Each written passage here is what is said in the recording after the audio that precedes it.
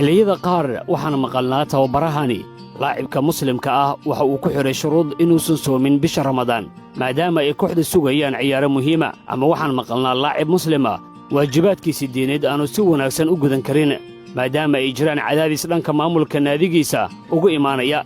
sheekooyin badan oo nuucan oo kale ah oo ku saabsan dhibaatooyinka laacibiinta muslimiinta ku haysata Yurub ayaa warbaahinta ku aragnaa laakiin Liverpool waxaad moodaa in xaaladdu sida ay ka duwan tahay muuqaalkeena waxaan ku qaadan dhigi doonaa sida ay kuluuba aragtidiisu islaamka ka qabay ee wax ugu bedeleen Sadio Mane iyo Mohamed Salah kuluub wax walba oo karankiisa ah ayuu u sameeyaa laacibiinta muslimiinta Mohamed Salah Sadio Mane iyo Naby Keita laacibka dhawaan kooxda ku soo biiray Ibrahim Konate si ugu helwo jawi u qalma oo waajibaadkooda diineed ay ku gudan karaan heer gaarsiin inuu bedelo dhaqankii kooxeed ee xilliyadii tababarka iyo wakhtigii iskulaalaynta ee ciyaarta ka horraysa arrimahan waxay ku tusinaysaa shakhsiyadda kuluuba oo dadka oo dhan jecel isagoo abuuray jawi ku habboon ee ciyaaryahanada ay ku faraxsan yihiin maadaama laba ka mida ay yihiin tiirka kooxda ay ku taagan tahay waxaana ka hadlaynaa Saalax iyo Mane kuluuba Saalax horey ayuu ugu yidhi waxaa cajiiba in kooxdaada uu ka tirsan yahay Saalax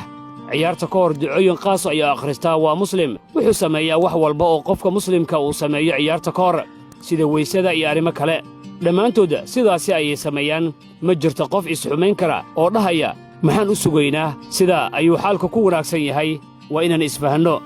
filim dokumentary oo laga sameeyey Liverpool markii ay ku guulaysteen Premier League sannad ka hor ayuu kuluub yidhi muslimiintu way weysaystaan wakhtiyo gaara sidaa darteed anigoo 2 daqiiqo ka hor ayaan soo gabagabeeyey iskulaalaynta ciyaarta si aan wakhti u siinno laacibiinta muslimiinta Saalax iyo Mane oo kale inay weysaystaan kulanka ka hor wax dhiba kuma qabo inaan 2 daqiiqadood siiyo si ay u sameeyaan arrin dhankooda muhiimka ah kuluub laacibiinta kuma qasbo inay afuraan xilliga soonka xitaa haddii ay tahay ciyaarta finalka Champions League sanadkii 2019 finalkii Yurub ee Champions League ee Tottenham iyo Liverpool wuxuu ku soo beegmay maalmaha bisha Ramadaan iyagoo heli kara cudurdaar ay ku afuraan oo culammada qaar ay u iftoodeen inay u bannaan tahay inay afuraan ay haddana ku adkaysteen inay afurin kuluubu arrintan waxdooda kama keenin go'aankooda wuu ixtiraamayaa shirkii jaraa'id ee kulanka ka horreeyey ayuu ku sheegay inaanu wax dhiba ku qabin inay soomaan diintooda ixtiraam ayaan u hayaa xilli kasta aad ayay u fiican yihiin awooddooda waxba ma hagradaan haddii ay sooman yihiin iyo haddii kaleba dhaqanka kuluub iyo kan naadiga way iswaafaqsan yihiin sida lagu xusay jariidada Liverpool Ejo naadiga qol ayuu ka sameeyey xarunta tababarka oo lagu cibaadaysan karo oo u dhigma qol ka samaysan garoonka Anfield oo lagu talagalay in lagu cibaadaysto isla markaana lagu dukan karo u dhawaanshiyaha uu tababarahan u dhow yahay ciyaartooydiisa muslimiinta waxay ku reebtay raad wanaagsan iyo aragti togan oo islaamka iyo muslimiinta uu ku aaminay dhanka kale markii aan ka egno wuxuu gaashaanka u duruuray sumcad dilka qaar ka mida warbaahinta reer galbeedka ay islaamku ay ka faafiyeen wuxuu sheegay in waxa diinta islaamka laga sheegaya yihiin qalad aan dhab ahaan u jirin kuluubu arrintan ka hadlay wuxuu yidhi Saalax dad badan ayuu role model u yahay oo arrimo badan ugu dadiyaan isaga keliya ma ahane Mane waa la mid waxay si dhaba ugu dhaqmaan islaamka duni arrimahan wadda khatar badan loogu warramo marka dadka la wada eedeynayo ee aan la kala saaraynin kooda wanaagsan iyo midka xun markay leeyihiin qofka ayaa sidaa ah ama sidaa ah waxaan ognahay waxay sheegayaan inaanu waxba ka jirin saamaynta Saalax iyo Mane ay yeesheen kuma koobna kuluuba